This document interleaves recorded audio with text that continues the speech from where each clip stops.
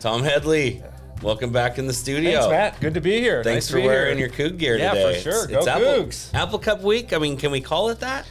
That's hard. That's hard. It's September. Right. So it's Washington State in September. Right. Not November like normal. Yes. So I don't know if we can call it Apple Cup. Right, and it's at Lumen Field. Yeah. It's not even a home on a campus. So, question, whose home game is it on the schedule? That's a good question. Because I saw on the picture that both the Huskies and the Cougs end zones were painted. Oh, that's cool. So if it's a home game for us, like I want both end zones painted. Washington State. I like that. I didn't know that they did that. I'm assuming. Are you going to the game? I am not. I will be watching on my couch. Yeah. In Bothell. Ticket prices were a little extreme, but I hope that's not why I'm not going. Though. Sure. I have father duties. Yes. This weekend. No, absolutely. We all have those duties. I have a soccer game at 12:30 for my son. Exact same time as kickoff. So are you DVRing and then it's on Peacock. So I don't even know if you can. So I told myself I was gonna wait. I was gonna record it and watch it when I get home, but I don't even know. I think when you go on to Peacock, you can say start from beginning or join in progress. Okay. If I have my streaming info. I mean, there's so many streaming opportunities and options nowadays. I can't even keep up. Yeah. But talking about ticket sales, they were very expensive. Everyone I talked to about the game, they're not going because of the price of the tickets, and that it's not really a home game for either team. Right. So then you get into it's just straight money grab. Yeah. For both schools, which I get, and I'm not against. But like for a student that wants to go to the game, it's not like you can use your sports pass like we used to use at Washington State. Those were the best. Yeah, right? You can go to any. You pay a flat fee. You can go to any sporting event. Yes, I did like that. That was nice. So like my daughter, who's a sophomore in college, she's not going to pay $100 to go watch a football game. No. Even if her school was, ranked top number one in the country. It'll be interesting to see on TV the divide between crimson and purple and see. I would imagine it's going to be pretty close. I mean, we are here in Seattle, so you would assume that Washington would have more people, but there's a lot of us over here on this side. Right. So, yeah, it will be very interesting. And I don't see many students coming from Pullman over here for the game. Right, and then paying $100 and paying $100 for a ticket. Right, exactly. Yeah. Well, what's your thought? What do you think the score is going to be? If you were to throw a score out there, what would you say? I think we win. I think it's going to be a good football game. If our quarterback, John Mateer, can run the football like he has, and if we play defense like we did against Texas Tech and not against Portland State, yes, we have a really good chance. I think it'll be a close game. I think it's 28-24. Love that. I think it's going to be tight. I agree. Yeah. If we can run the ball, I think we are the better team. Yeah. I mean, everybody that I talk to, that's a Husky fan, they're not too thrilled about their offense or their defense, which is great, coming off a national championship and losing their coach and losing all of their top tier players. They're not that powerhouse. Yeah, they had first rounders running around on offense last year, there's a reason they were in the national championship game last year. Exactly. They still have good players, but they don't have those kind of guys. No, definitely not. Yeah. Well, it'll be fun to watch. Yeah, can't wait. I'm super excited. I hope and pray the Cougs win. Yeah. No matter what, it's still a big game. Yeah, absolutely. Both teams are 2-0. Yeah. The Cougs are trying to make a statement. They want to find a home, a division that will, accept them and, be in a Power 5 conference, right? I mean, pivoting to that, did you see the news that came down last night? About 4 Mountain West teams are petitioning to be part of the Pac-12. No. Yeah. So I love it. Boise State, San Diego State, Colorado State, and Fresno State to join the Cougs and Oregon State. So then we'll have a conference of 6 teams. You need 8 to be recognized. Sure. And we have a year left, or about a year and a half. Yeah, that's left? not till the 2026. 26. Right. Well, that's great. I mean, if we're getting that kind of movement now, to get 2 more teams is a lot easier than getting 6 teams. Right. Yeah, exactly. Oh, that's so great. I did not have to read that. Very cool. Well, I wanted to bring you in because you got a couple new listings coming up. I want to hear about it. I do appreciate you asking. Yeah. So, been working on a 10-acre farm down in Enumclaw, which is not close to where we're located, but it's a cool property. It's a 3,100 square foot house built in 1991 with a barn that you could fit. You can fit tractors. I think you could probably even fit a dump truck in there. Wow. Like it's good size. And then there's a whole nother building that he used as a wood shop. So we've been working to try and clear out the barns and the wood shop and get it ready for the market. Yeah, and I'm pretty excited about it. There are so many options you can do. You could have horses. You could have goats, chickens. I'm not a farmer myself, so I don't really know. Yeah. But shoot, I was there with the photographer this week, and we were talking about building a dirt bike track on the 10 acres. Like there are so many options to do. And you said it was like a retired ostrich farm? At one point, apparently they had ostriches on there. Interesting. Yeah, and it's set up for horses, whatever you want to do. The area is zoned agricultural 10, so they're 10-acre properties, and they have to be used for agriculture. Perfect. So all around there are horse farms, dairies, just all kinds of cool buildings. Nice. Now, have you come up with the price point? I know that's probably the hardest part. This goes back to unique listings that we talked about the other time. Our job is managing expectations, and my seller has a certain expectation, and I'm hoping that we can get there. But I want to be realistic with her, and so it's an estate sale. So we're dealing with more than one person, and obviously I want to get the most money we can for it. But we need to price it, so the most eyeballs that are looking for a 10-acre farm in Enumclaw, because our buyer pool is already limited. Very select buyer, I'm sure. So that's even more difficult, obviously. So, and like we've talked about in the past, pricing is probably our hardest thing we do. Yeah. And then the market will make us right. I just banged on the table. We're going to have to do a bloopers reel. Yeah. So we're anywhere between 1.6 and 2 million, probably. Okay. Hoping to get the most traffic that we can get. Yeah. There's got to be people out there that are looking for a property like that. Yeah. I mean, I've seen, and I know you have as well, but like equestrian properties. Yeah. I mean, you can run a legit like horse boarding business out of there that can make $100,000 a year. Absolutely. Just boarding horses. Right. And this property is set up for that. You can do that there as well.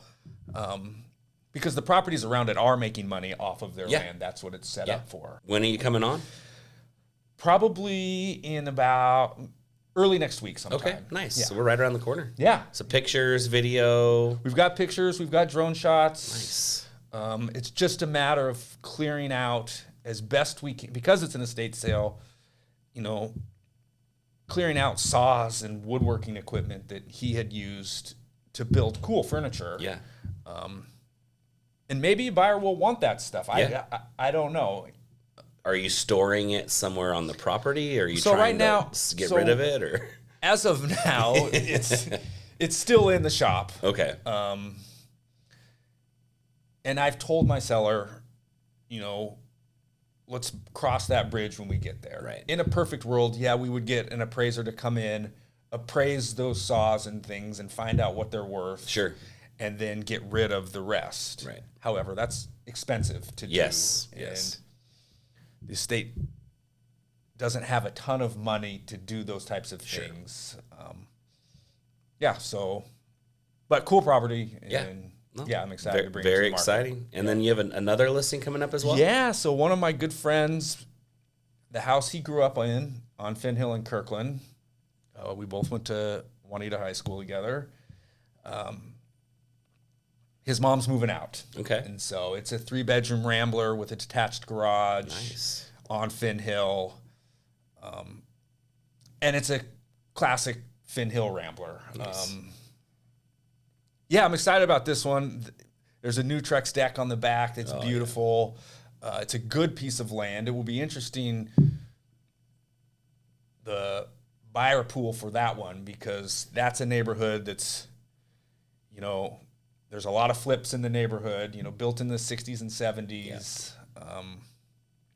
But that Rambler footprint is something that people love. Absolutely. I've got parents that are in their 80s, and they're in a one-story with a daylight basement, and they've got steep stairs. Not and I'm ideal. like, we need to get you guys into a Rambler. Right. So I know there's a huge demand for Ramblers out there, and you know, it's one of those things where, you know, that should definitely help itself. Yeah. And then 98034 area code is always, you know, is that Lake Washington School District then? It is. It is. Yeah. Nice. Yep. Great school district. Finn Hill Junior High, Juanita High School. Perfect. That's my old hood. Nice. So, yeah. Well, you know it well. If anybody should be representing a seller in that neighborhood, it's you. Yeah.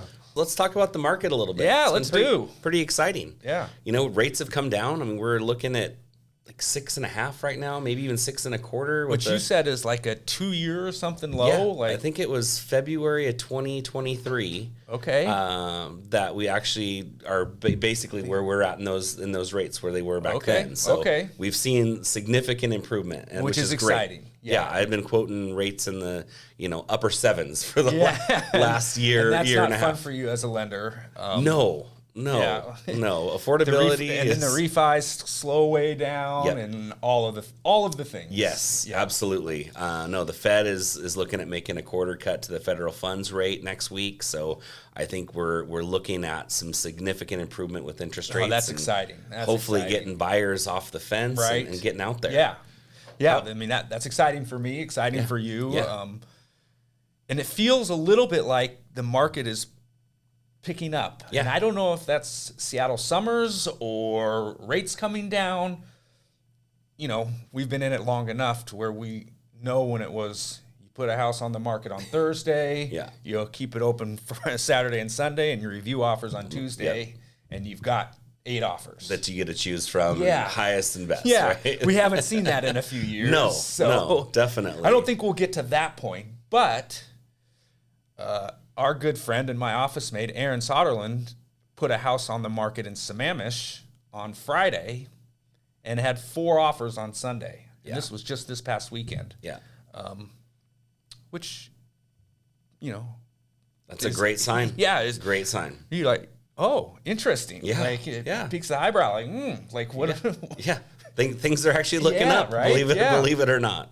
And which is crazy to me because I know, you know, the cycle of real estate, you know, when to sell, when to buy, you know, usually springtime is like the most opportune time because you're kind of getting towards the end of the school year for people that have kids in school where, you know, you're not having to, you know, move school districts and move schools where now school's already in session. Right. So you'd think like now things would start slowing down. And that's, I get that question a lot. Like, when is the best time to sell?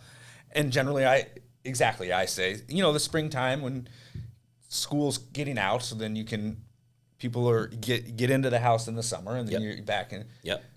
But this summer was slow. It was. It was. And now it seems like it's picking up. Yeah. And which is, you know, our market and our business is very strange. Right. Just when you think you've got a your thumb on it, you have no idea. Yeah. Exactly. In the end, you're just trying to do what's best for your clients. Yes. At the end of the day, that's all we're here for. Correct. To serve them to help and do the very best we can for them and represent them to our fullest. Absolutely. Work hard and be nice to people. Yes. That's a sign in our office. Yes. I love that, and it holds so true to every single transaction and every contact and relationship that you have. Yeah. Love it. Yeah. Cool. Anything else you want to talk about today? I mean, week 1 of the NFL. I mean, coming from a career. We can talk a little fantasy football. We can talk, you know, Seahawks.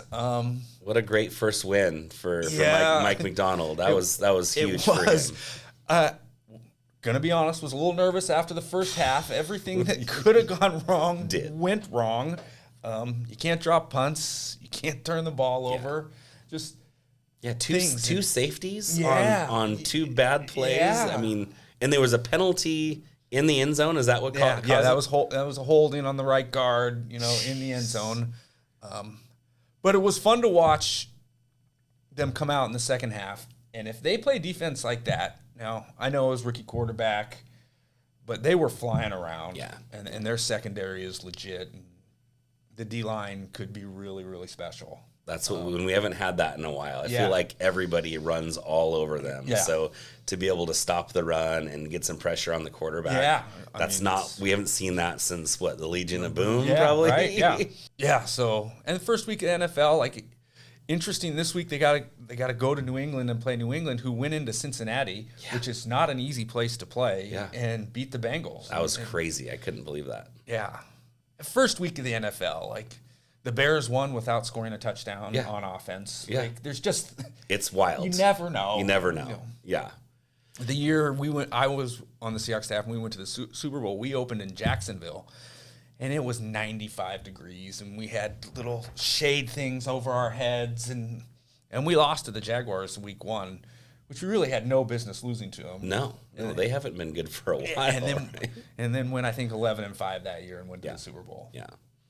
No, it was very interesting. You know, I play fantasy football as you were in the league. Yeah, we got a big game this week. We're playing each other this week. We should put anything on this game? Big time franchise versus Lords of Sunday.